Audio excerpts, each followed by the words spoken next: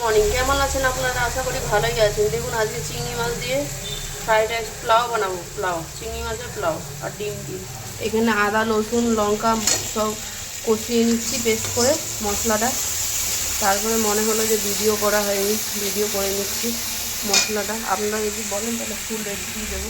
এখানে ডিমটাকে ফ্রাই করে রেখে দিয়েছি, ডিম দেবো। এখানে চালটাকে নুন দিয়ে আর গোটা গরম মশলা দিয়ে এটাকে ভাতটাকে করে নিয়েছি, বিরিয়ানি রাইস এটা দিয়ে পোলাও করব। মশলাটা কষানো হলে চিংড়ি মাছটা দিয়ে দেবো।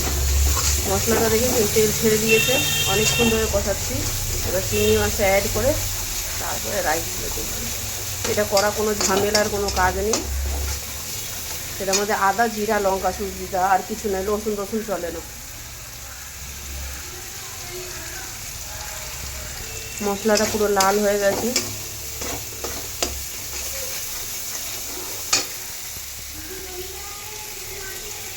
চিংড়ি মাছটা অ্যাড করে দেবো।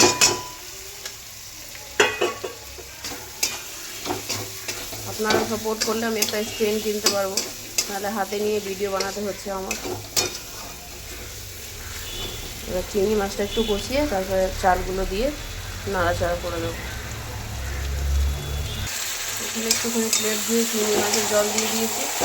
জলটা টানলে চালগুলো দিয়ে দেবো। দেখুন কেমন লাগছে। এখানে গোটা গরম মশলাকে হালকা গরম করে তারপরে এটাকে দরদরা ভেঙে নিয়েছি।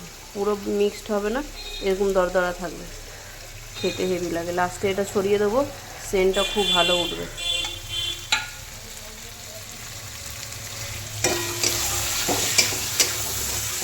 এরপরে চালটা অ্যাড করে দেবো।